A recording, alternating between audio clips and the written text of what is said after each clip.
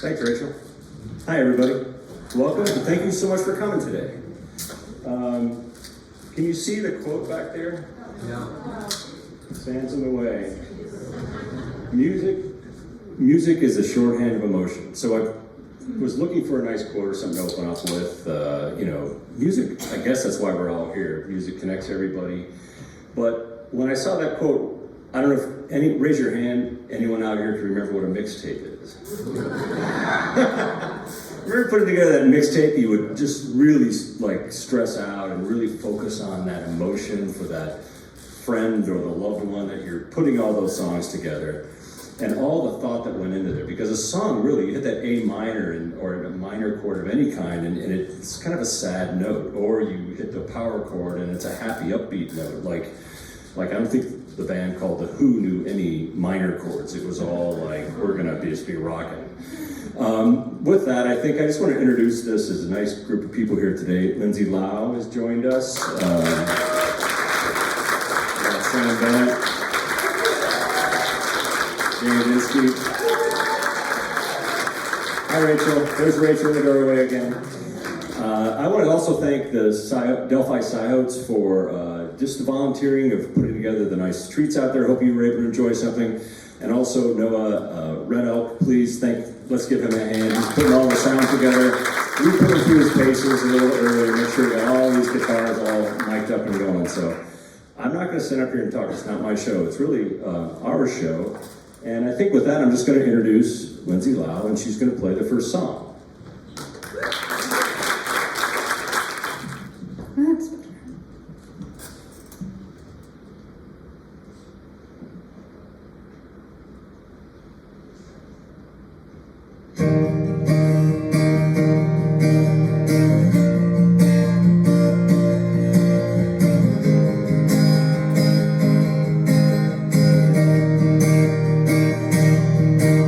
She grew up where the cornfields touch the sky. Spent her Friday nights underneath the stadium lights. Her daddy raised her right, living on four-wheel drive. Mama taught her to hold her head up high. Faithful in the Lord, be humble and kind. She's an American sweetheart, red, white, and true. Got a hometown soul and eyes sky blue. She don't need a stage or a big fancy car. She's front porch famous and a small town star. You can find her down at the fishing pole, casting a line with your grandpa's pole. She's the 4th of July, fireworks in the dark. She's an American sweetheart.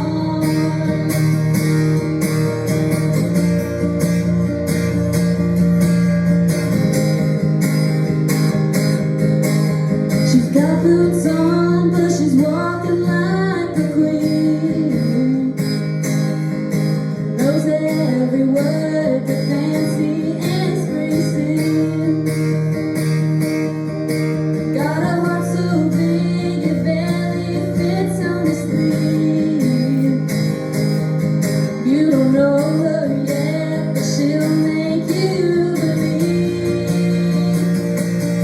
She's an American sweetheart, red, white, and true.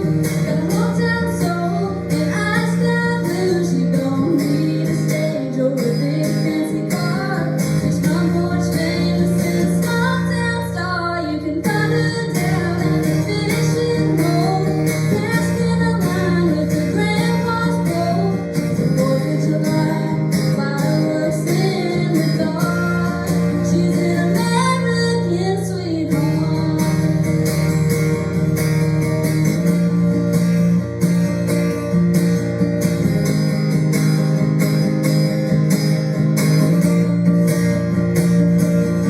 She's an American sweetheart, red, white, and true.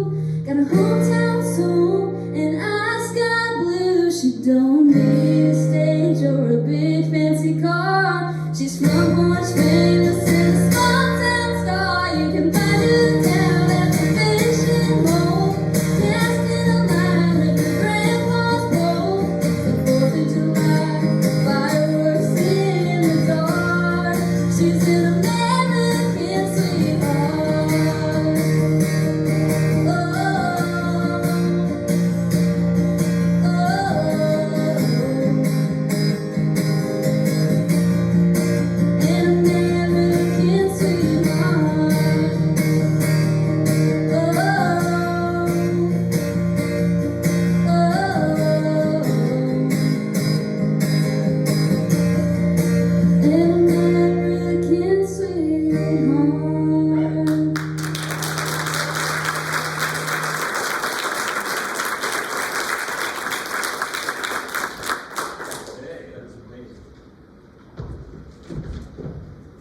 Okay, now you can hear me. Very nice. Thank you so much, Lindsay. Check. So now comes the part where we get to ask you some questions about your song and talk about it a little bit. First, I kind of want to know, like, your process. Like, you're a writer, songwriter, obviously for decades. Right. I have some experience under my belt. So, like, do you have a room to go to write in, or what's the process? What's the... Right. So I have 2 bedrooms upstairs in my house, and so the one I used to sleep in, we turned that into a music studio upstairs. So that's where I do all my writing. I think I have 3 pianos in there. I have, I think 6 or 7 guitars now. Yeah. So that's where I do my writing. And, like, inspiration, and I think, can everyone hear if you want to get right in on make sure the mics are on. Oh, the mic went on. There you go. That would help. All right, so let's start over. You have 2 rooms upstairs with pianos and... Yes, okay, so I have, what used to be my bedroom upstairs is now my music room. I have 3 pianos in there. I think I have 7 guitars now. So I have a little couch in there also, and that's just where I do all my creative thinking. Okay, so let's talk about the creativity part. So, and we'll get to this song in just a second, but, like, so what's first? Like, you have a riff or a phrase, or, like, do you just start constructing a poem or a lyric or something? Right, my ideas honestly come in the shower. I'm washing my hair and I'm like, oh my gosh. So I have the idea in my head. I start out with a melody, I kind of hum it a little bit, and then I try to find chords. That takes me forever to figure out. So I start with the chords and then I go on to the lyrics. Nice. You guys have any questions you have about process? Well, I just like I picture you, and I wonder if I'm on. Am I on now? All right.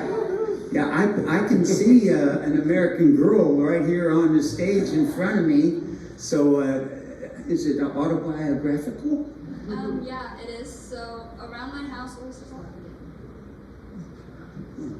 Hello? I can just talk really loud. You can hear me. No. It's okay. Oh, there we go. There you go. Okay. What? Might have died.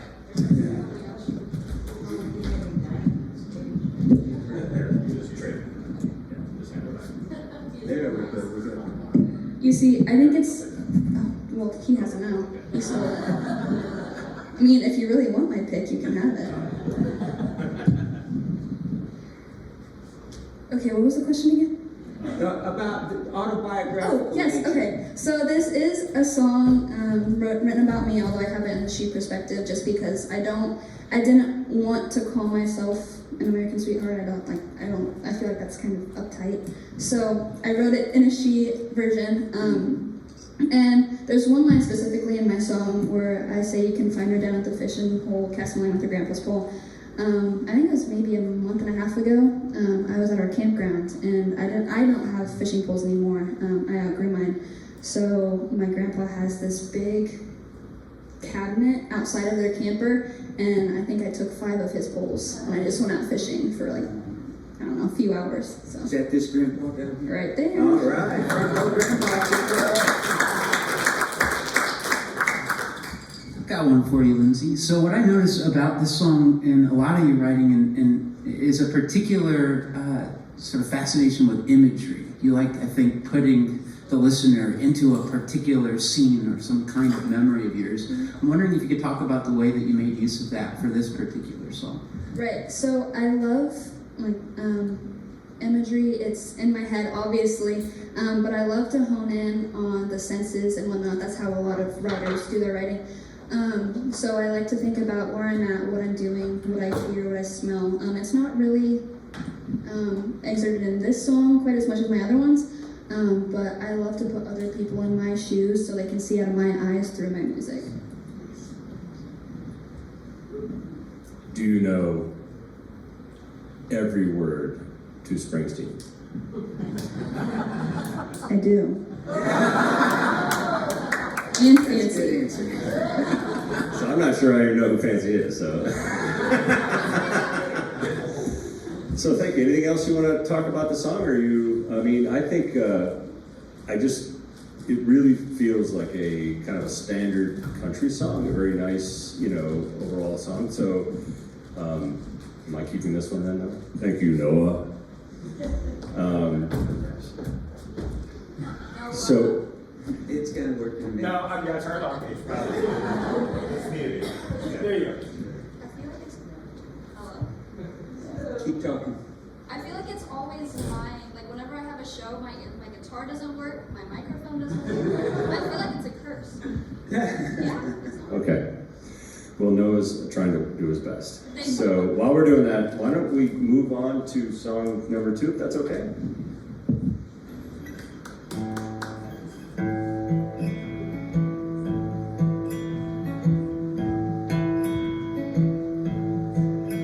Gamboa, down Panama way, in the heart of the forest where the monkeys play. The Chagres River banks run wide and deep. Gamboa, turn the fan on me. I think I hit an index of 103. Gamboa, I thank God for your cooler evenings. I almost stepped on a leaflet or toad, hiking to the tower on the pipeline road to watch the sun rise in the tops of mighty trees. I'm a Tungar frog calling for a mate. I'm a howler monkey out howling late. I'm the thunder rolling in from the sea. I'm the thunder rolling in from the sea. Gamboa, there's a reason I came. Tropical research at the top of the game. Been doing science here since back in the day. I'm standing on the shoulders of the ones that blazed the trail, learning about the forest in a greater detail. Ecology and me in Gamboa. So please don't tread on the venomous snakes.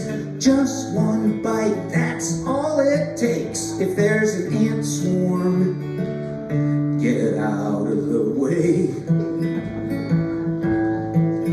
I'm a Tungar frog calling for a mate. I'm a howler monkey out howling late. I'm the thunder rolling in from the sea.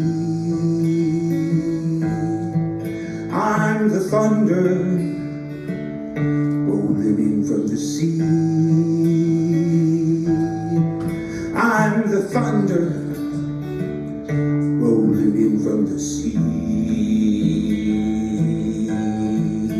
Gamboa.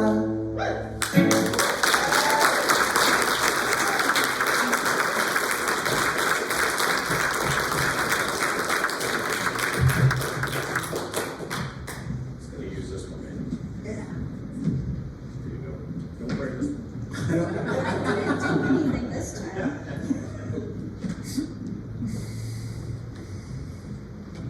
I know, just kidding. Okay, so where's Gamboa? It's in Panama, the country of Panama. It's about a third of the way in from the Atlantic side, and it's a small town that's a headquarters for the canal people, and also it's located in a huge national park there in Panama. And I was specifically there because that's where the Smithsonian Tropical Research Center is, associated with the Smithsonian Museum and so on, the world's premier tropical research center. And so these were different things that I saw and experienced in Gamboa. So when was this? This was in 2018. Oh, interesting. Yeah. Yeah, and what was really fun was I had to, what I was there to do was go out, each day I would go out, or it depended, with a different research team. So like if you're going with the butterfly researchers, you go in the afternoon. If you're going with the frog people, you go in the early to late evening. If you're going with the bat people, it's later in the night. If you're going after the big old snakes, that's the middle of the night also. What about the howler monkeys? The howler, I actually, you know, I kind of threw the howler monkeys in there a little bit. I did see howler monkeys one time, but I just like the idea of being a howler monkey. I think the only group I'd want to be in is the butterfly group. Well, it was a lot of fun, and I was learning about field research methods. I was a high school science teacher, and I like to get my kids outside in their backyard, so to speak, and they can find out about it. So Drew from life here. That's amazing. yeah.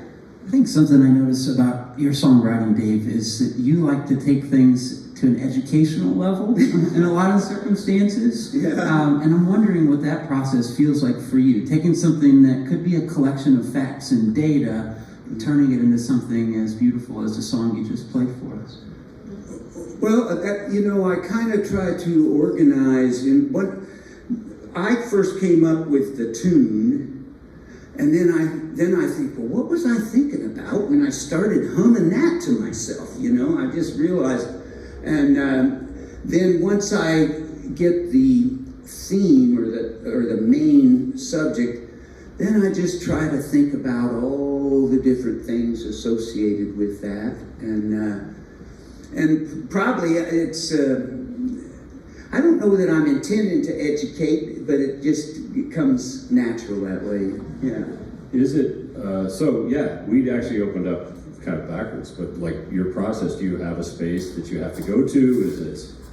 Well, I'm fortunate. I live alone, and so it's very easy for me to do music, and I have a larger space with a higher ceiling in my living room and dining area, and that's where I just have. And because I'm the only one there, I just leave all my stuff set up right in the middle of the house, and that's really nice because then it just encourages you to play, Yeah. So It's very nice. yeah, but I like to be alone when I'm writing. Yeah. Oh yeah, you need a little solitary, Yeah. a little space. Yeah. How about? Did you actually? What is a leaf litter toad? Well, they're a toad. I should have brought the manual, but there's a toad. They look just like a dead leaf on the ground. You get until you put your foot down, all of a sudden the leaf jumps out from under. And the Toongara frogs, that's actually the Purdue professor, Jimena Bernal, who sponsored my trip to Panama. She studied the Toongara frogs, and there were literally tens of thousands of these frogs, and they would, every time it rains, all the males start calling. They have a doo, doo, doo, and then the females find the males, and then they lay eggs in a big foam ball. And so after every rain, within an hour or two, there's all these big foam balls, and it rained every day. I mean, these frogs were everywhere. And the ants were also. You had to really be careful of ants. Okay, I so much appreciate. I actually think we're going to rename this whole series "Songs, Stories, and Education." I didn't think I was going to learn anything. That's amazing. I Thank you not so want much. to go again. Yeah. Do we get like a certificate? Well, Freaking of course. the nicest thing about this song was that I wrote it while I was there, because I had, like I said, the research teams went out at different times, so I would have several hours, and I was able to write this song. And then there were some other people. There was another man there who his wife was researching, and we spent a lot of time together, and he was a jazz trombonist from New Orleans. And then his wife had a washboard, and next thing you know, we had a violin, and They had just the day before I left, they had a annual get-together talent show thing, and we played that song, and people loved it. You know? That's awesome. Thanks so much, David. Appreciate that. Yeah. That's nice. Sam, you ready?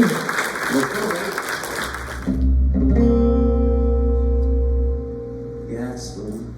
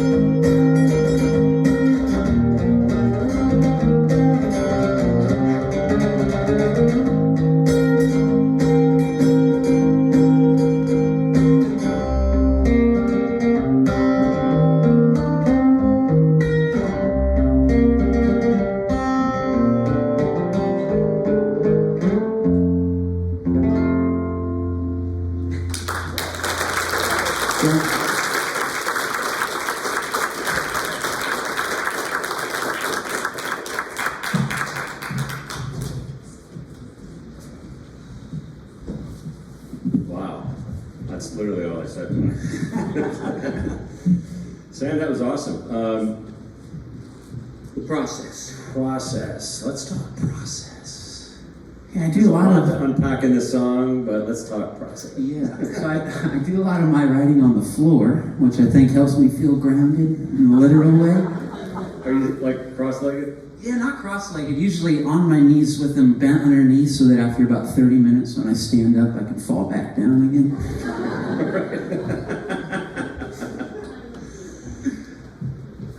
So, I mean, in terms of process, it's a difficult question for me. Whenever I have a conversation with songwriters, sometimes I feel like we work through all kinds of different variables and different sort of strategies.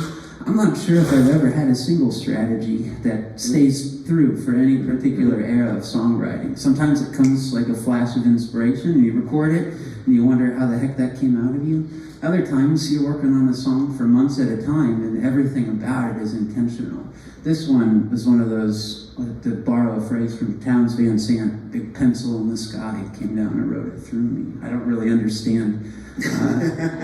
I probably understand as much about it as you do, right? And there's something, I think, valuable in writing art that has intention behind it, has acceptable underlying tones, but also different interpretations from It listeners. becomes almost like there's an emotion that came through there, and it's a pensive. I don't know. There's a push and pull in there that is. And so what you're saying is this was something that just you I mean, okay, so let's break it down then. We're going to help you walk through this. Help me understand it. Was it the riff? Because that, I mean, the guitar part sounds so intricate to the motion that you're pushing out, or the whatever you're communicating. Even if you don't necessarily have the lyrics that are aligned with some bigger picture that you want to communicate to the world, or. I think in the case of this song, and in the case of a lot of songs that I've come up with, I can say the music comes first, but only barely. Kind of like how a twin will say, I was born 30 seconds beforehand, and so that makes me older.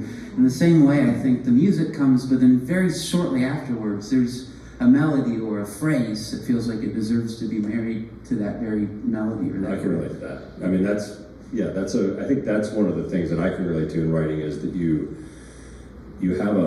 I have a riff or something, and then there's a melodic something, but a phrase connects. And so what you're saying is that just came out. But like, okay, so how long ago did you write this? This song, I think, is an origin date of maybe 6 years ago, maybe 7 years ago. But like other songs I've written, they feel like sketches at first, and the more you perform them, the more you realize, hey, this is a sound that needs to fill out here and there. And so, again, it's kind of like this collaging process over the last 6 years that put it in a position where it can sound like it does now. But there's a lot of experimentation that goes in. When you think of your own song, and you think it's got a structure, and then you play it with a different structure 3 or 4 times, is it a different version of the same song? Is it the same song, but just at a different stage of development? I'm not sure, but it definitely changes things. Yeah, it's funny. Sometimes I'll pull out lyrics that I had written a couple years ago of a song that I'm singing now, and the original lyrics I'll find, oh my gosh, I've changed them and I didn't even know it, you know? Yeah. I feel that way about conjunctions, especially. Like sometimes you'll see the word "and," like here on the left-hand side at the bottom, twice in a row. I'm not sure if I always sing those "ands," but they feel like they need to be there for the lyrical representation. But I guess the question is interesting for all of us, maybe at some point tonight, what we think about the difference between performing the song and writing the song, if that sort of comes apart in any important ways. Yeah. I feel like whenever I use the word "and" in a song, it's more like the ND part, so you leave out the A. But I just think your guitar playing is so good, and it just adds so much to this song. When you were playing it, I felt like the imagery in my head was a burning room, honestly. And I have no idea what it means, but it is so good, and I love how it can be left up to your interpretation. And I feel like that's how you make art through music, is not just how you meant it to sound, but how everybody else can make it sound. I really like it. If we were only writing for the purposes of capturing our own thoughts, I don't think any of you guys would have been here, right? We write with audiences in mind as much as we write with ourselves as artists in mind, and I think that's an interesting tension inside. I think it has to ring true to me to make it past whatever my threshold is for a song. And even if that's kind of why I asked about the time frame. Like, did you go back, like even the first line is, I find it hard to control myself, always fixated on the burning shelf. But that first line itself, is there something about that you go back and look at and say, you could put a pin on a feeling you had 6 years ago, or a... Yeah, I mean, I think what's interesting is the ambiguity of it in the title, right? What is it that I'm finding hard? I'm not letting you in on it, right? I mean, if we talked about it, we could have a conversation and like we're doing right now. And I can say, in my life, there's been a lot of self-control battles, right? I think about particular ones, but I mean, and you talk to other people in your life, and there are all kinds of things. People are trying to cut back on drinking, or quit nicotine products, or social media, right? Take some screen time off. Whatever the self-control is difficult to wrangle. It's applicable to each individual case. And there's a human element of shared nature in there. I think everyone, I mean, there's probably several of you, but I find a lot of things hard. Yeah, raise your hand if you've ever found something difficult. Right? Well, thank you, Sam. That's awesome. Appreciate it. Yeah.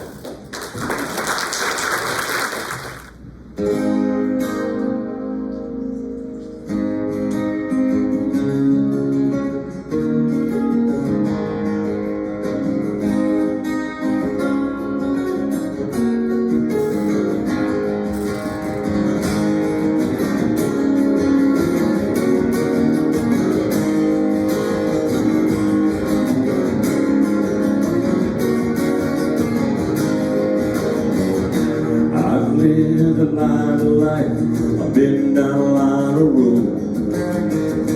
No matter who I meet, no matter where I go, I find the core of the people I love in a place like home.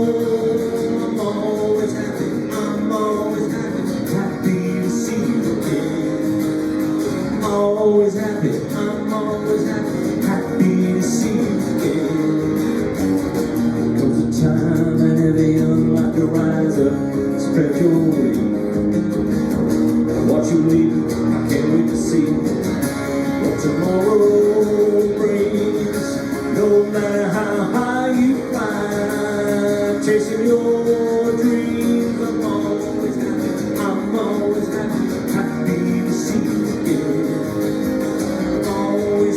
I'm always happy, happy to see you again.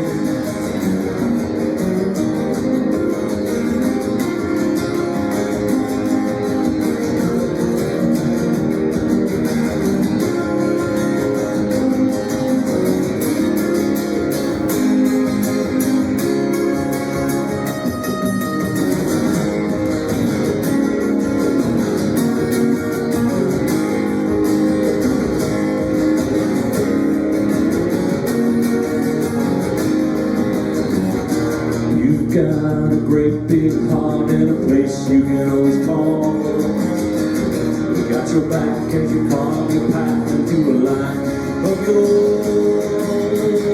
It's a great big crazy world, I hope you know you never alone. I'm always happy to see you again. I'm always happy to see you again.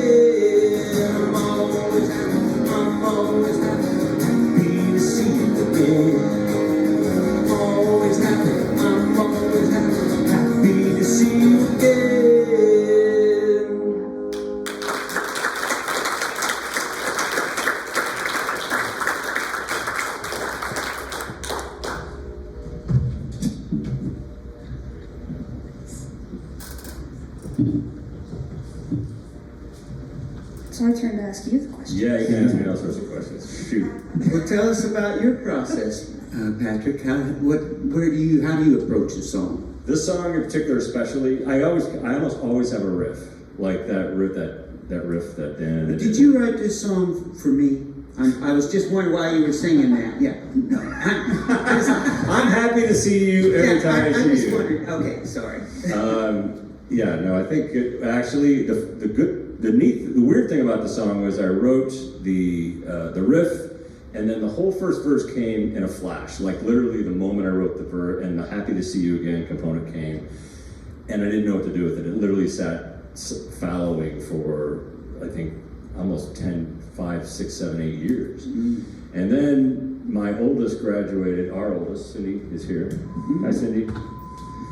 But I realized that their oldest graduated college and they're leaving. And I realized that, boy, this is like, when you look at your life and all the things you do and all the things that you've done, like everyone I meet, everywhere I go, doing a lot of things. But now it's their turn. And the idea was, you can't really control, but you can support.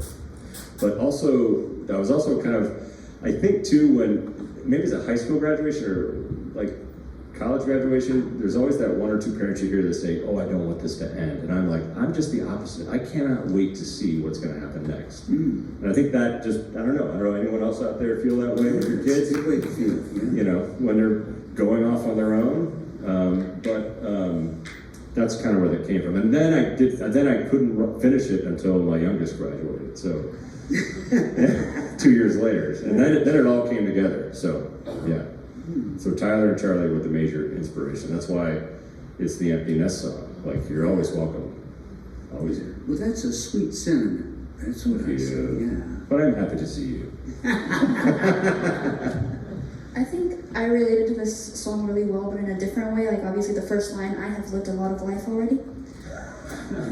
Anyways, no, so along my music journey, I've met so many new musicians, so many people that have helped me build up, and they're so kind, so nice all the time. Like, you folks, you guys are amazing to me. So I'm always happy to see my music family again. Like, whenever I get to see you guys are so kind. So I don't really relate to it in because I have a child kind of way, but I relate to it in just my path that I've had so far. So I really appreciate this song. Oh, nice. Thank you. I appreciate it. It's nice. That kind of leads into the question that I had, maybe calling back to attention we talked about earlier. There's an intention that you've spelled out that this is a very intimate, familially inspired song, but it's grabbable by other people with respect to their ears, with their affections, with their desires. And so I'm wondering, do you see a sort of funneling outward? Are there other ways that you can imagine people relating to this song that may not directly correspond to the intention you put behind it?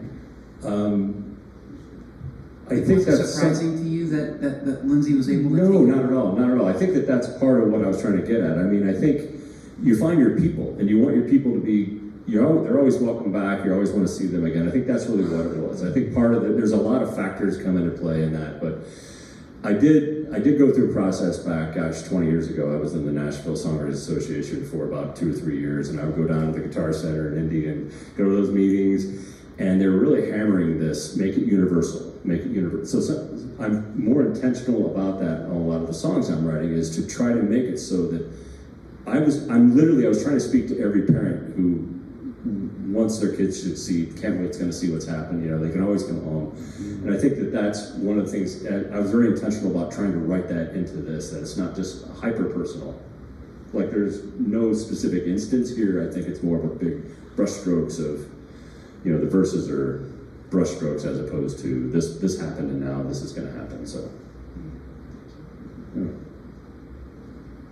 That's it? Okay, Lindsay, you're up.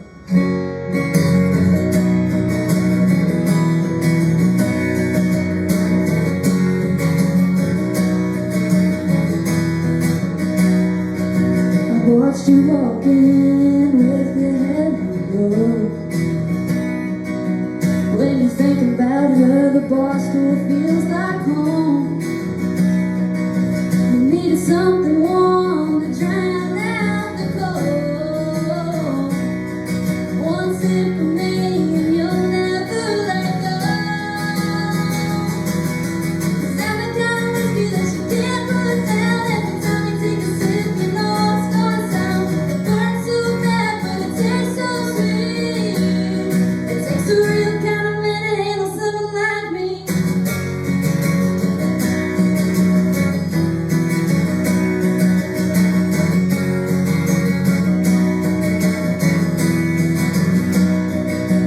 When the neon sun fades, I still haunt your head. Leave you up all night, have you tossing in your bed. I'm the devil in a bottle, dressed up like a dream. The man you ever heard while I rip away at the seams. 'Cause I'm the kind of whiskey that you can't put down. Every time you take a sip, you know it's going down. It burns so bad, but it tastes so sweet. It takes a real kind of man to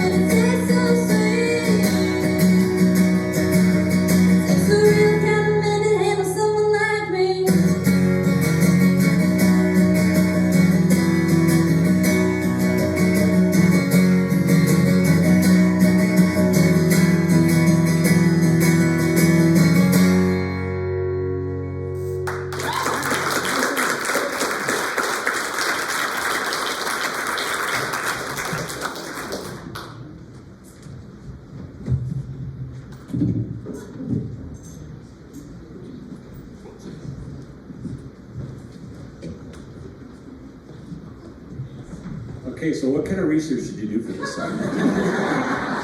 Lots and lots and lots. No, seriously, I want to know. I mean, So- there's so many things beyond your years. 17, yeah, I'm a junior. Junior in high school.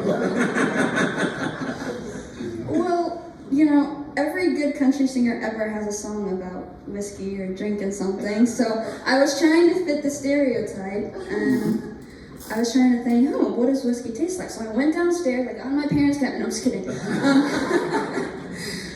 So this was really just me going out on a limb, just kind of imagining a whiskey song, and yeah, it just was kind of born.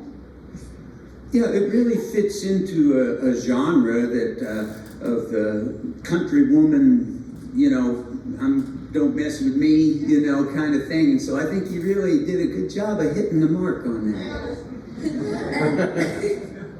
And I like to think that I'm a very confident person, so I really tried to push that out into this song, because I think it's a good thing to have, you know,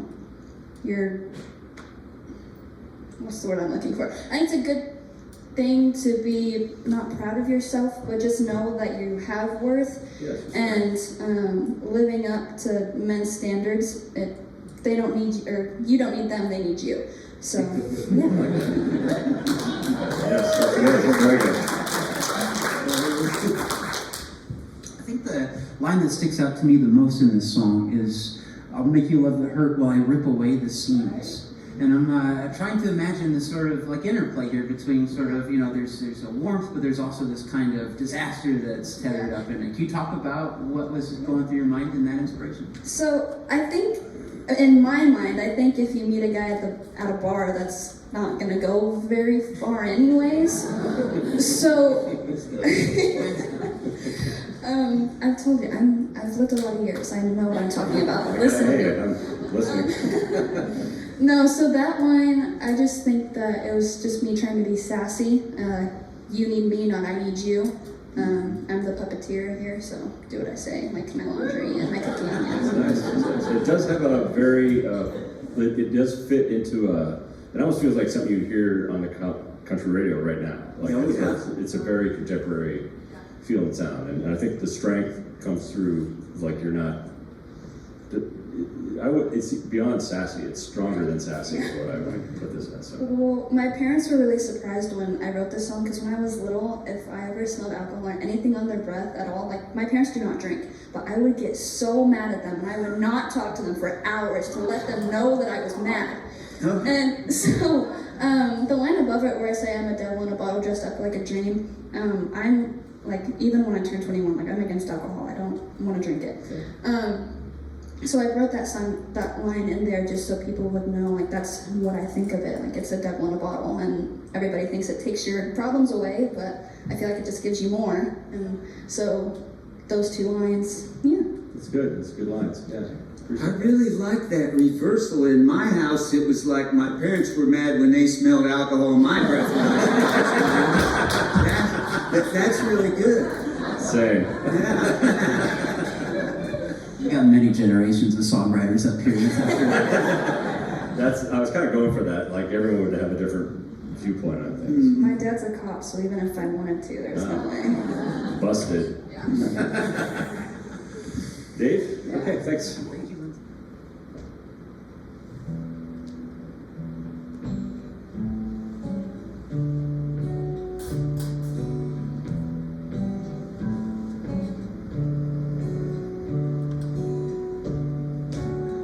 Because my journey's my destination, I take the time to laugh.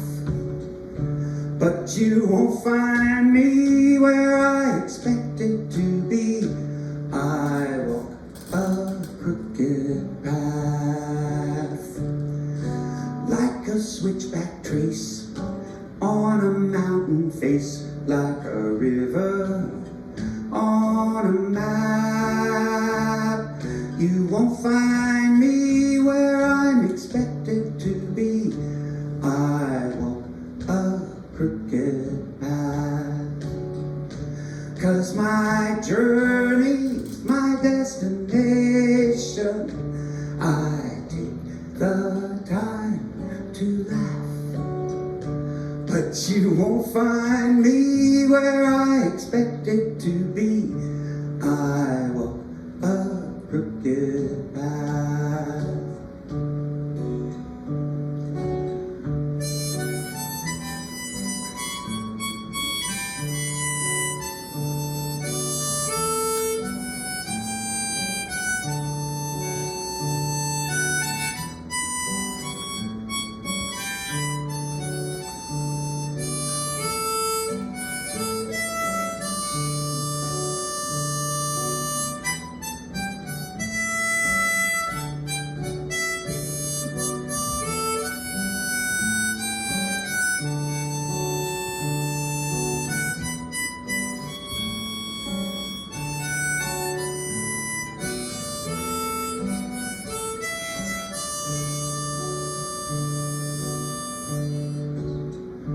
From my younger years to my older years, I've changed. Oh, yes, I have. Experience earned, lessons I've learned. I walk a crooked path. Like a sailboat beating up the coast, like a summer's lightning flash. I'm someone who goes where the wind blows. I walk a crooked path, 'cause my journey's my destination. I take the time to laugh, but you won't find me where I expected to be. I walk a crooked path.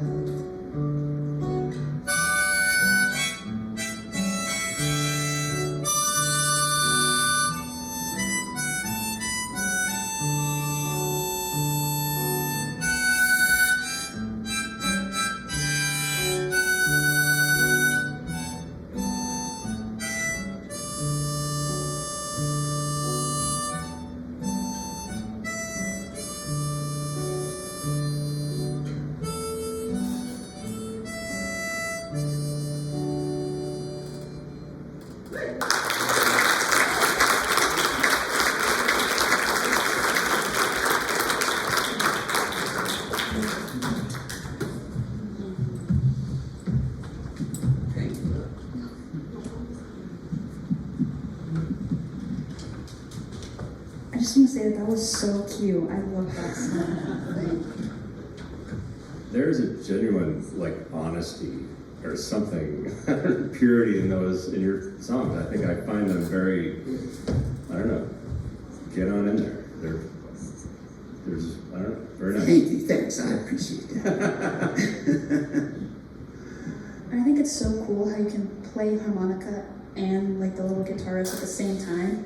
Like, how do you do that? Like, how does your mind focus on that many things at once? I actually played the harmonica for 15 years before I ever had a guitar, and so the guitar is really what I struggle with. Although I have to say my harmonica was not placed properly around my neck that time, but it comes easy for me to play. But I play that straight harp style rather than the blues harp style that really is more popular. Yeah. Well, there's something I think really appropriate about the harmonica strap being crooked in the songs about your crooked path. That's the truth. Yeah. But I'm wondering, I mean, when you wrote this song, first of all, could you tell us about when you wrote it, and were you reflecting over a particular part of life or just a general pattern you had noticed throughout all of it? Well, I wrote this song in Glacier National Park, and I like to hike in the mountains, and so I've been there for quite a while. And one of the things you notice, you think, oh, you go up the mountain on a trail, and you're going to go over the top of the mountain, but really, the mountains come down and there's a low spot and the trail goes over the pass, and the trails are these switchback trails so that you can get up there. And so for a while I was walking this way and I'm thinking, oh, I'll bet by noon I'm going to be going over that pass over there. And then about 20 minutes later I'm looking, well, wait a minute. It looks like I'm going over here, not over there, you know what I mean? And then that evening when I was sitting at my campsite, I got to thinking, that's a lot like my life, you know? I think I'm going over there, no, wait, I'm over here. So that was kind of what the inspiration for that was. It's almost like me going shopping. Oh, look over there. That didn't happen to be the big melt, is that what it's called, in the glacier? Because that has a lot of big switchbacks in that. No, well, I can't remember the particular trail. Oh, yeah. My goal in Glacier National Park was, I was there for 30 days, and my goal was to hike the equivalent in elevation and mileage of hiking into Mount Everest. So that was my goal. That's nice. Yeah, that was a lot of fun. Do you, I mean, you must be familiar with a genre called travel writing. Do you think this is your version of travel writing? Something I've noticed about both songs is that national parks were involved. Well, yeah, I have a lot of traveling songs, actually, yeah. I'd say that's one of my themes. Yeah. Because my journey's my destination. Mm-hmm. So that's something you get educated on yourself, or you came to understand. Where did that line come from? Or well, I was so pleased that I'd heard that line many a time. It's the journey, not the destination. And then, lo and behold, I fit it into a song. I was so happy about that. You know, I didn't know you could do that. So, okay. Yeah. Did anybody else laugh when they got to that line? At least give it like a sort of chuckle. That's one of my favorite things about lyrics, is when they do what they say, right? Mm-hmm. Because my journey is my destination, right? Not mess it up. I take the time to laugh. I think I at least went.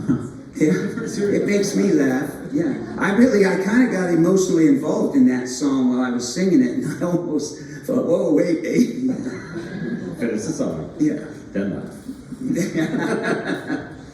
That's good. Anybody else? We good?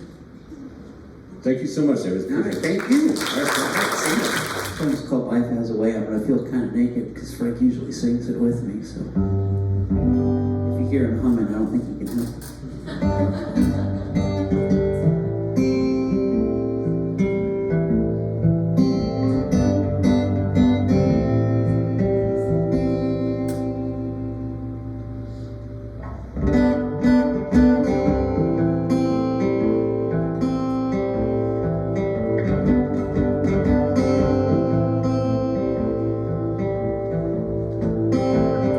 Pick up the sticks, thread through the leaves, pack up and split, leave room for the trees,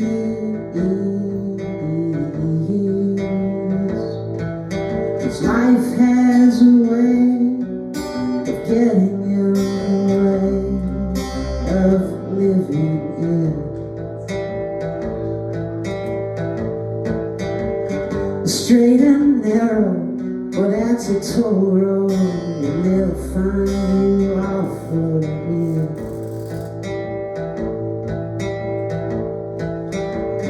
Broad and bent, even if you didn't, they'll say to talk to yourself into it. 'Cause life has a way of getting in the way of living it. Circle the block, across concrete cracks, spare no time for talking or feeling what you lack.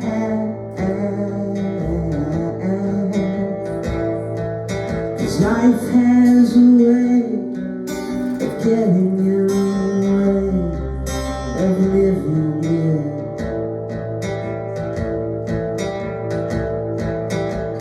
Straight and narrow, well that's a toll road, will find you off of it.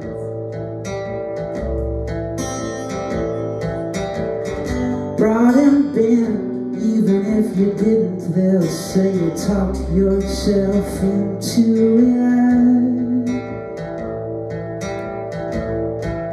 'Cause life has a way of getting in the way of living it.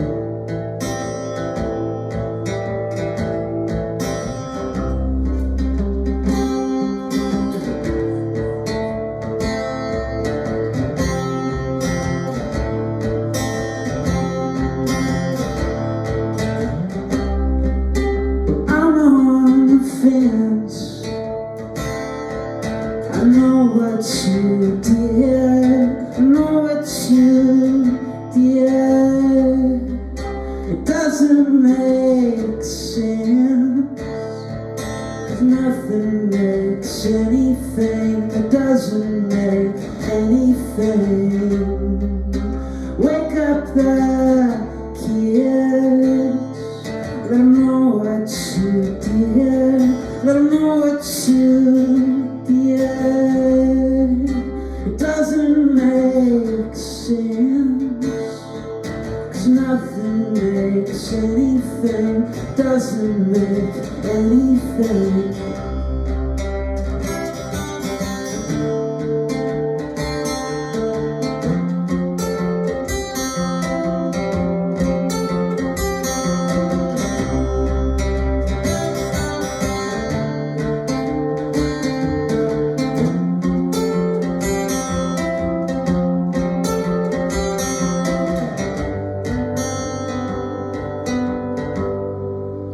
Lines in the sand,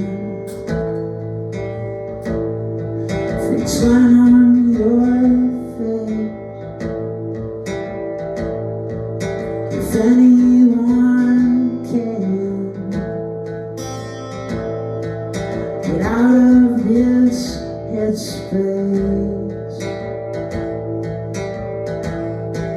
'cause life has a way of getting in the way of living it.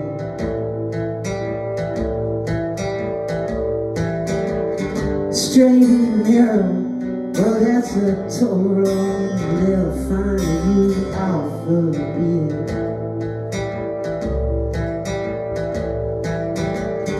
Broad and bent, even if you didn't, they'll say you talked yourself into it. 'Cause life has a way of getting in the way. Life has a way of getting in the way. Life has a way of getting in the way of living it.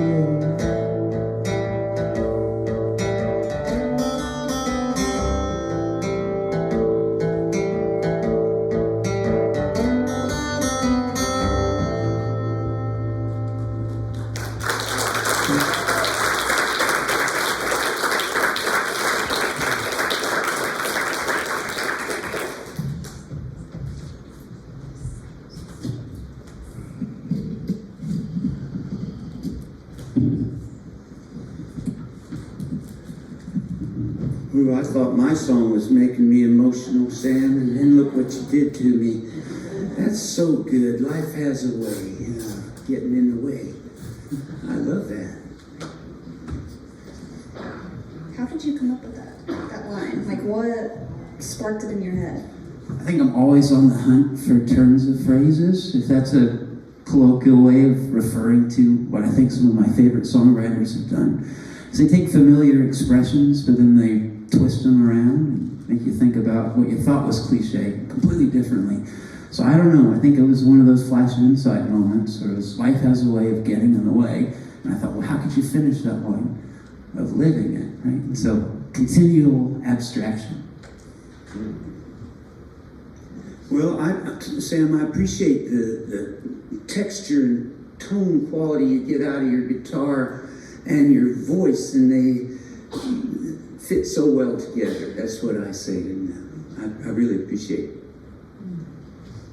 Was there a catalyst for this? Like, there's some lines in here, like, I'm on the fence, I know what you did, I know what you did. Yeah. It doesn't make sense because nothing makes anything that doesn't make anything. So, I mean, there's a lot of, or is it wordplay with a smaller? I think there's wordplay for sure. It's wrapping itself around something deep. First verse, pick up sticks, thread through the leaves, pack up and split, make room for the trees. I worked on a 74-acre property for about 6 years, and I spent a lot of time in the woods, and I thought a lot about leaving while I was working there because the job got to be sometimes hard to balance with a Purdue professorship. And so there's something about that line, that tension of wanting to be here, wanting to leave at the same time, that I think is, characteristic of some of the most important things we do with our lives. And then leaving the woods and coming into the second verse, we're in the city and circling the block. Part of my day-to-day life when I was writing this song was going from kind of blind mole property caretaker to finding myself in West Lafayette and transforming into like a hive of bees. And so sort of transforming from lonely in the woods to surrounded by people, but still sometimes feeling kind of lonely because nobody stops and says hello anymore. Everybody's eye deep in their screens. And so there's something I think about just human relationships that this song is supposed to get across, and the things that can get in the way from those being successful. I know what you did. I mean, again, just like my first song, find it hard, right? Fit it in there, right? You know something that somebody did that might put you at a distance from. Then we have to go on to the third. Yeah. Because you're old now, or something. Yeah, that's right. Yeah. I have become the trees of the You forest. become amalgamation of the two or something. Yeah. I know there's this fear that I have that I wonder if it reverberates with other people, that when you're in a kind of depressed headspace, you're going to stick there forever, and that maybe you won't be able to find a way out. And so the amount of worry that adds the line on the face, that with time you might be able to hopefully get out of that headspace. And I can safely say I am out of that headspace right now, but I don't know if I was when I was writing this. No, but I appreciate that. I think too that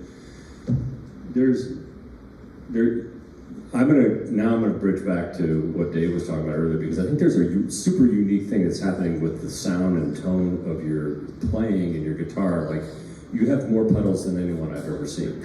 So, but most of them I call dad pedals because they don't do anything cool. They do things You don't responsible. have to tell us that. You don't have to tell. Don't ever tell anyone that ever again. Forget you heard that. Every pedal needs to be there. But the tone, almost like your first song you played, I almost like thought there was a cello sound in there. And this one too had a drone. You and I have had this conversation a little before. I'm a big fan of having that drone go through the song. You don't even tune your guitar like normal people, I think, right? No, that's right. I have a strange tuning where the lowest note on a guitar is usually an E. Mine's down to a C, and some of the other strings are changed as well. And what that does is it gives me a kind of lower octave approach.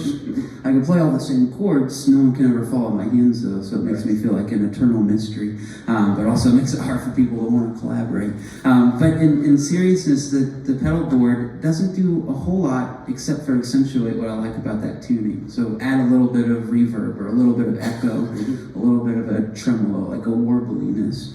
I think that's something that helps that drum that you're referring to, those low notes that are playing the whole time, not stay so stagnant. Well, you also have this nice, your playing style plus the tone is this deep resonance that your voice is coming up over, and it seems to lock together. I think that I would strive for that every minute. I think that's amazing. Thank you. It's a lot of focus in that, I can tell, so. Unless it was accidental, which I think is even better. I hold some cards close to my chest. I don't know. If I admitted that everything cool I ever did was an accident, no one would ever have anything nice to say to me. What are you gonna do? Okay, is that anyone else? Lindsay? Okay.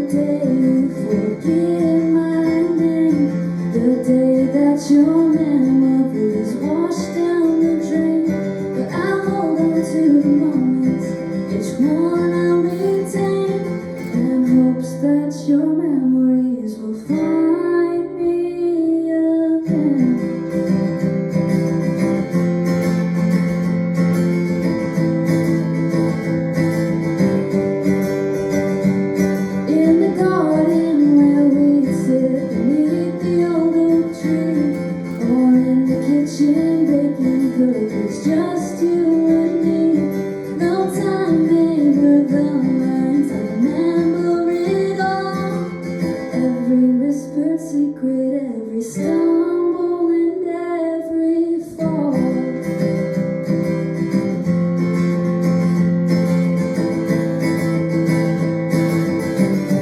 Just in case you forget, I'll keep our memories close.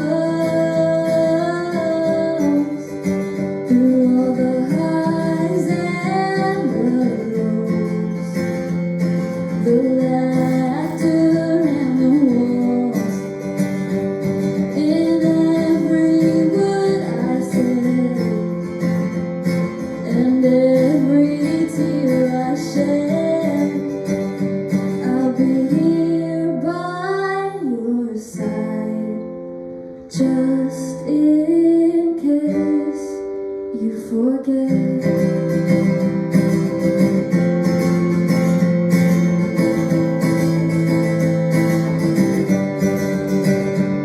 As the seasons change and the years pass by, I'll be the brightness to light up your eyes.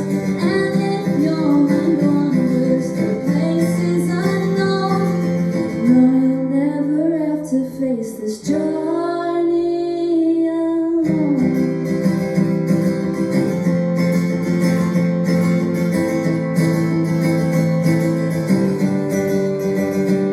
In the stories of your youth and songs you used to hum, I'll find pieces of you that will never come undone. Your eyes may grow distant and your mind may roam, but in my heart you'll always find a home.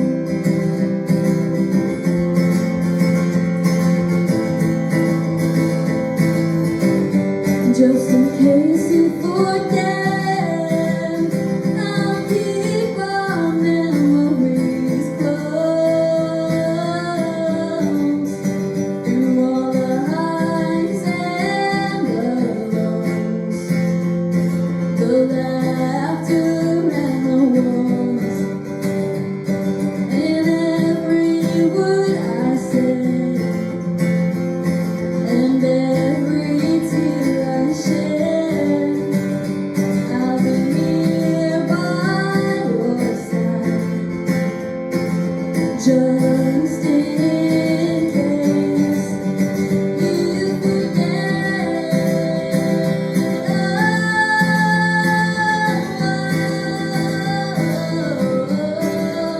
So as the days grow shorter and the nights get long, I'll carry your spirit with me, forever strong.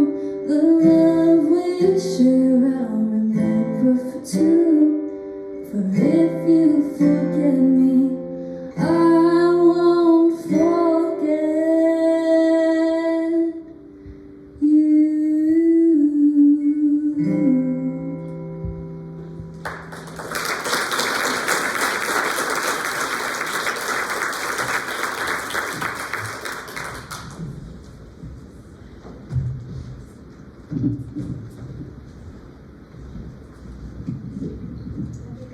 Mary, don't forget your microphone. Did someone forget your name? No. So I don't know. This song I wrote about or for my grandma. It's not about my grandma. I wrote it for her. I feel like there's a big difference in that. But it's about Alzheimer's and dementia. And thankfully, my grandmother does not have that. But I just wrote it in the perspective of, if this happened, just know that there's not going to be a moment that goes by that I'm going to forget you. Yes. Yeah, it's for people that have had to go through that, because I've had friends that have had family members go through it, and it's not easy to go through. A lot of people have suffered with it or have family members that suffer with it, and I really wanted people to relate or find comfort in my song, because just because somebody forgets about you doesn't mean you get to forget about them. So. I really like the way we're reaching across the generations. Patrick sings about his children. You sing to your grandmother. You know, that's really a wonderful. Something that you mentioned that I think is a really rich distinction is the difference between writing a song about someone and writing a song for someone. And I'm wondering if you could just say a little bit about what you think that difference means. Maybe about this song too. Right. So when you write a song about somebody, you know, it's to that person, it's, you know, there's a connection, and it's just something personal, it's rich, it's a lot of feelings involved. But when you write a song for somebody, it's dedicated to that person and the spirit of them, but it can reach a whole audience about like what they go through, because again, like I said, a lot of people have had to go through this, or have had family members that go through this. So when you write a song about somebody, it's for them, but when you write a song for somebody, you know, well, I mean, I guess that kind of contradicts. When you write a song about somebody, it's for them. When you write a song for somebody, it's because of them.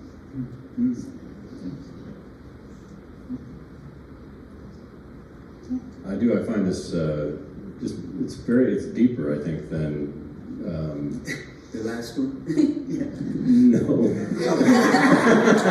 no, than your years. Like, I think this is I mean, I was going probably thinking a little lighter. I didn't get that deep with, but it is, and it also is odd because it's the tempo is very upbeat and kind of strummy, and Yeah.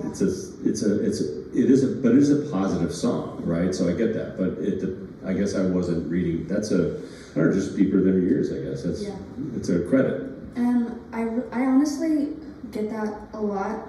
I think the reason I write like this, or I can connect with people as easily as I do, is because when I grew up, my siblings, I have them, yay, but they were 15 and 17 years older than me, so I never went through any fighting stages, any jealousy, stuff like that. And my family are older, so I've had practice being with them, and I feel like in my family we all have a lot of very strong emotions. I know I do.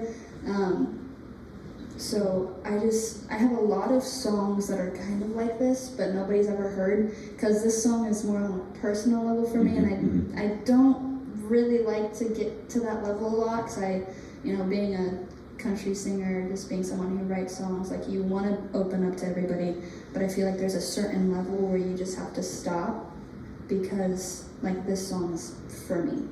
Okay, that's nice. That's really good. Yeah. Well, for some reason, I've just been thinking about people I know who their spouse or whoever has gotten Alzheimer's, and sometimes they not only forget, but they can change their personality, and it's just amazing to me the way a spouse will stick with someone who's so changed because of the memory of the love they had. Yeah, and it's not just about, I'm not going to forget you, but I'm not going to forget who you were too. Because when you have something like that, you don't just forget everybody, but you also forget yourself too. So I think knowing that I remember their spirit keeps their spirit there. So. Yeah. Well, thank you for sharing this. Sorry, guys. Okay. Now we've got some guitar.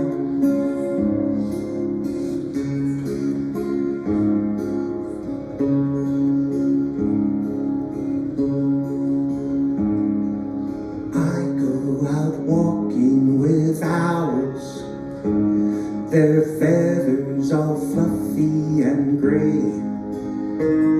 I walk and I talk with the owls. This is what owls will say. Ooh, ooh, ooh, ooh.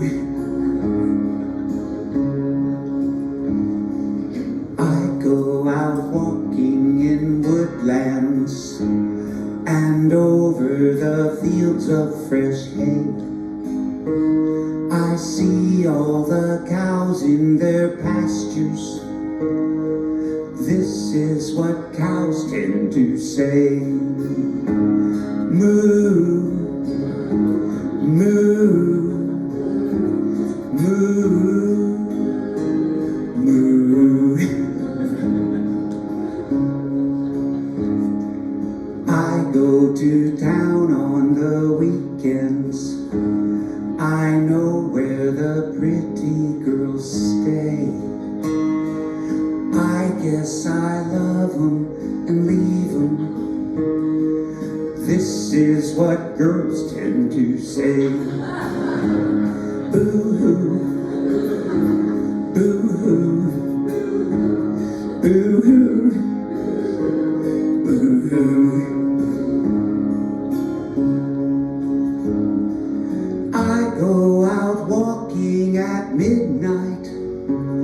The wolf clan is out on the prowl. They call as they run through the moonlight. This is how wolves love to howl.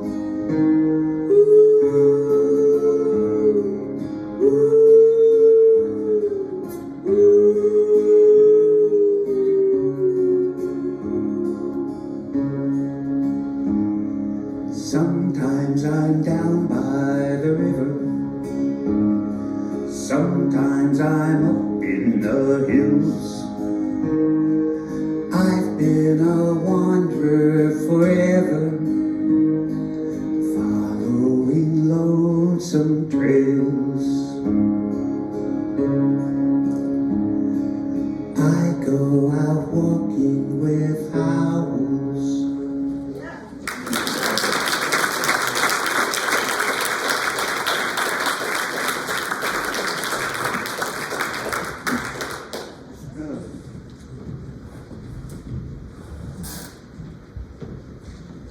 I feel like every time I listen to one of your songs, I'm just smiling ear to ear. They're just so cute. Oh, thanks.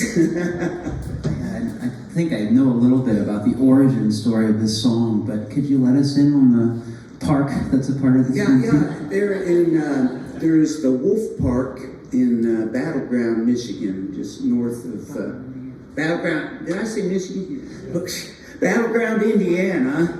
Yeah, right here, right just north of Lafayette. And well, they have every now and then they have like a pumpkin fest or a summer picnic or something, and they invited me to play music for them.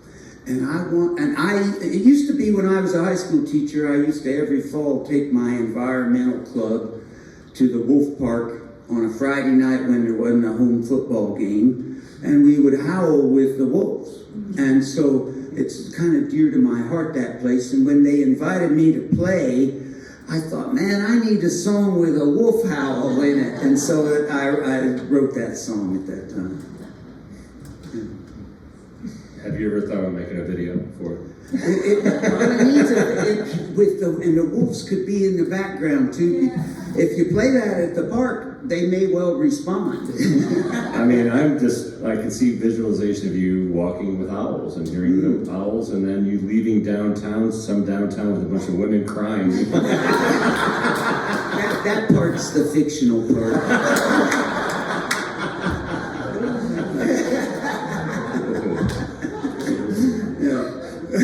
Lovely. All right, thank you. Thanks. Nice. Yeah, we're good. Yeah, thank you. Which one? Okay. Better hurry up.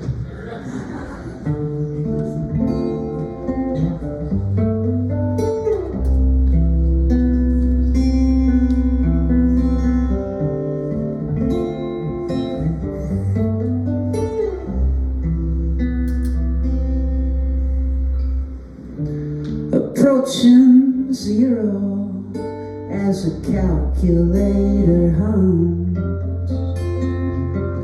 impressing digits with the twiddling of his thumbs. Thoughts add up all around, but his mind just sticks to one. If the world's a waste, then we better make haste to find out how the waste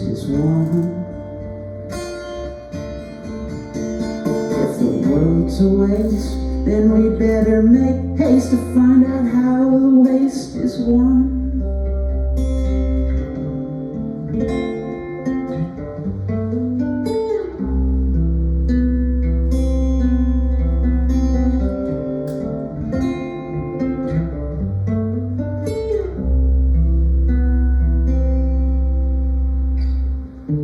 With Charles's hands, knuckles to his brow, mastering self-command in the moments that time allows. Yet the digits they interfere in his own rooms run afoul. If the world's a waste, then we better make haste to find some comfort in it now. If the world's a waste, then we better make haste to find some comfort in it now.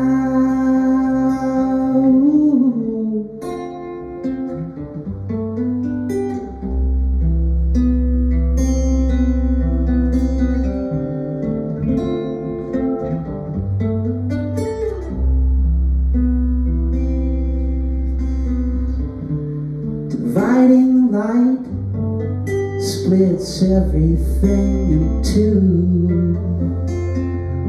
Separated from his thoughts like a dustpan from a broom. Travel the distance between too late and too soon. If the world's a waste, then we better make haste to tidy up our lonely rooms. If the world's a waste, then we better make haste to tidy up our lonely rooms.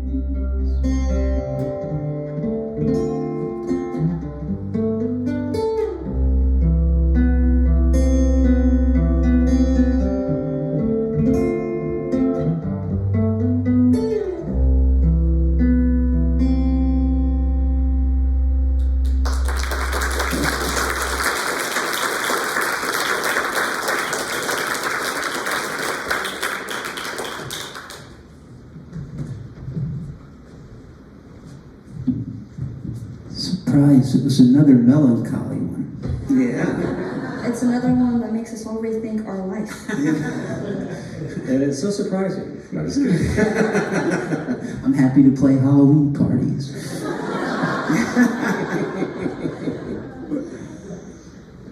So, yeah, what was going on? I mean, also, by the way, third person, right? Yeah. He. Yeah. Which is a tricky way of talking about myself without letting other people know. I think something interesting that came to mind as I was thinking, what the heck am I going to say about this song? And I was listening to all of us talk. There's something about the notion of the journey and the destination kind of cliche that I think I'm rejecting here. And I think that this song is supposed to reflect on someone who's stuck, right? Stuck in what feels like a kind of dystopian office cubicle. If there could be a scene that, if there were a music video, I don't think any howler monkeys or wolves would fit in that music video. I also really like the pun, right? If the world's a waste, then we better make haste to find out how the waste is won. If you're familiar with the expression, how the West was won. I like the way it ends, sending us out to tidy up our rooms. I was thinking, oh boy, yeah, I need to do that. Well, look, I don't think it's a surprise that a lot of people are kind of concerned about the state of the world at present. And maybe that's news to you, but I don't think so. And so there's a sense in which kind of fear being stuck in a kind of world that feels like it's a waste is, I think, maybe harboring in the back of lots of people's brains. Is this recent written or? This was in the last year and a half. Okay, yeah, okay. It does feel dystopian. Even the chord structures and the drones going on in there felt a little stuck. It's kind of like a haunted gondola ride. Haunted, with a little tension in there, but also haunted what? Haunted gondola ride, right? You're a philosophy professor? I learned philosophy, but I teach writing now. I just find it fascinating. I mean, you do have a lot of good visualizations in here. I mean, I could actually, I was in the room with the person whose knuckles to his brow, and he's, just trying to figure stuff out. Yeah. Well, I feel like a lot of our work anymore feels, I don't know, is less like a qualitative or exciting endeavor and more like it's just about measuring things all the time. Like, I mean, how many points, how many little bits of things do you have to do? And that whole first verse, it's like this image of this guy who's like stuck in a cubicle, approaching zero, which is like no more work to do, but the calculator or something. And he's impressing the digits literally with his fingers, but maybe impressing them too if they have emotions that they can react with. And then the thoughts are adding up around, what can I do with my life? But it just sticks to one thought. And so there's a callback to the number stuff. It kind of bounces back between extrinsic motivations and intrinsic motivations. The world's a waste, then we better make hay. That's from within. We need to do something because of what's coming at us from without. And my stepfather gave me a quote that will stick with me forever. And it's kind of tongue-in-cheek, but whenever he'd say we have to do something, he'd say we is a big word, which is obviously not true in terms of the character count, but in terms of what it captures and the sort of sense of belonging that may not be so welcome to the people. Yeah. And I really like how whenever you're describing your songs, you say, I think it's about, I think this is, because like I said last time, you leave room for interpretation. And that's just so artistic, and I have no idea what your song's about, but it makes sense at the same time. That is probably a good, that's how I feel when I listen to the first time I hear a Sam song. I'm gonna go home and study it for 4 hours and still not understand. It will not be a quiz. So we are coming up on just a 7. Do we have time for one more song?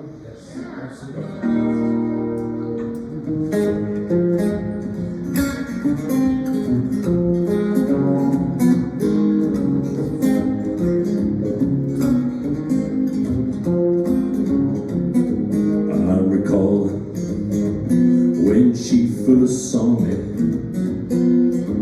she said, and I quote, "You are appalling." As a train wreck, she saw a project. Somehow she saw a diamond in the rough, yeah. She said, boy, you better get better. Boy, you better get good. Oh, get used to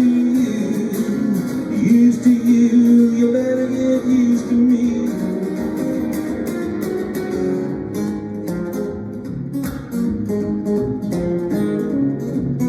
Now I'm scrappy, but she's a fighter. She's putting out all the dumpster fires I've been lighting. Oh, I see it, I don't believe it. I think she found my heart, she's gonna steal. Yeah, she said, boy, you better get better. Boy, you better get good. Boy, I'm getting used to you, you better get used to me.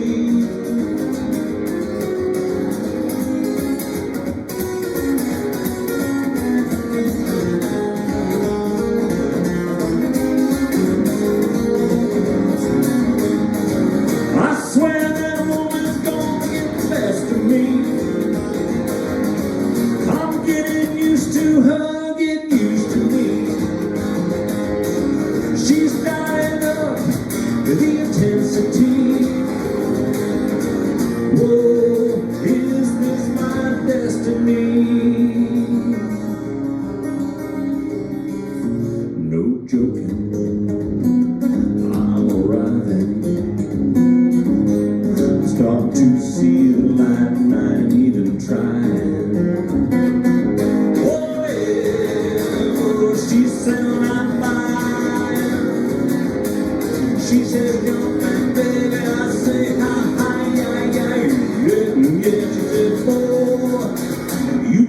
get back. Boy, you better get good.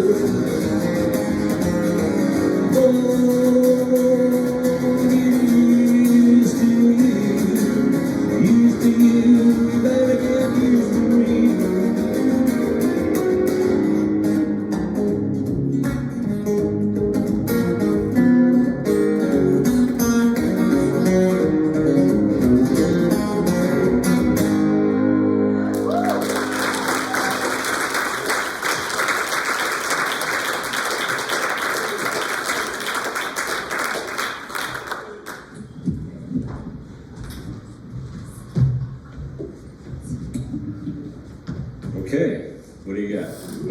Well, that's what I think of as a Patrick song, a rockin' kind of big sound. Yeah.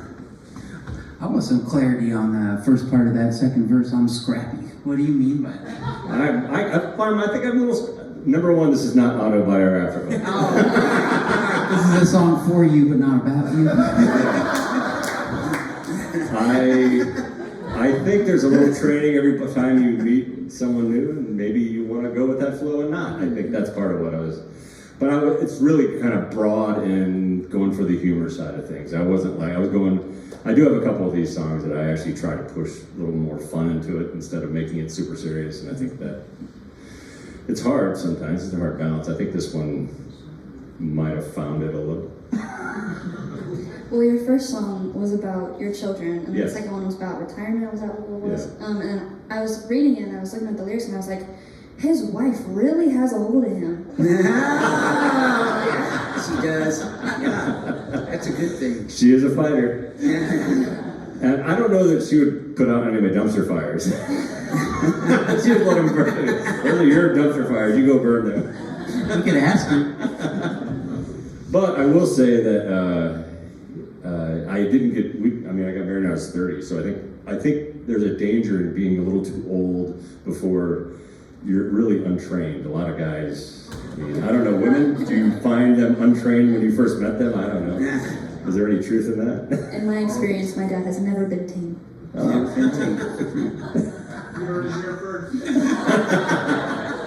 Anyways, it's just a fun song. It's literally one of the oldest riffs I have too that I could never write, and I had a whole different set of lyric. Also, when I look at "get used to," that's a weird word. Get used to you. It's just a weird word to read. It doesn't read right. Anyways, I was having trouble with it, but just went with it. Okay. Well, I'm thinking how glad I am to be a part of our songwriters group. All the people out here can see 4 very different styles and approaches, and there's a half a dozen people out in the audience that are also a part of that group. And even though I'm not going to write a song that Sam would write, hearing Sam's songs makes me go home and think, oh, the same with Lindsay and Patrick, Andrew, Frank, Brian, Cheryl, all that. And I also want to mention the name Scott Greason. Yes, because absolutely. Yeah. he's our leader. And if you don't know Scott, he's a wonderful man, a real go-getter, just providing opportunities for musicians from tiny little kids all the way up to people my age, And older. and older. Yeah, and I think that's what we're trying to capture here with this. Number one, I think we're coming to a close here, and I just want to say, first of all, thank you to everyone who made the journey here today. It's very nice you're here. I appreciate that. Yes. We do have another one on March 8th, so if you can go to the last slide. The last one does have Scott Greason and Vicki joining us. March 8th, so at the same time, same place. But also, and Dave did say all the right things that kind of closed the show, but I just appreciate, he did a great job. Obviously, a skilled communicator, educator. Thank you, Dave, for joining me up here. Sam, Lindsay, it's been a pleasure. I've enjoyed this, and really, thank you so much. Well, thank you so much. Rachel and Noah, everybody, thank you so much. That's it. All right. You're released.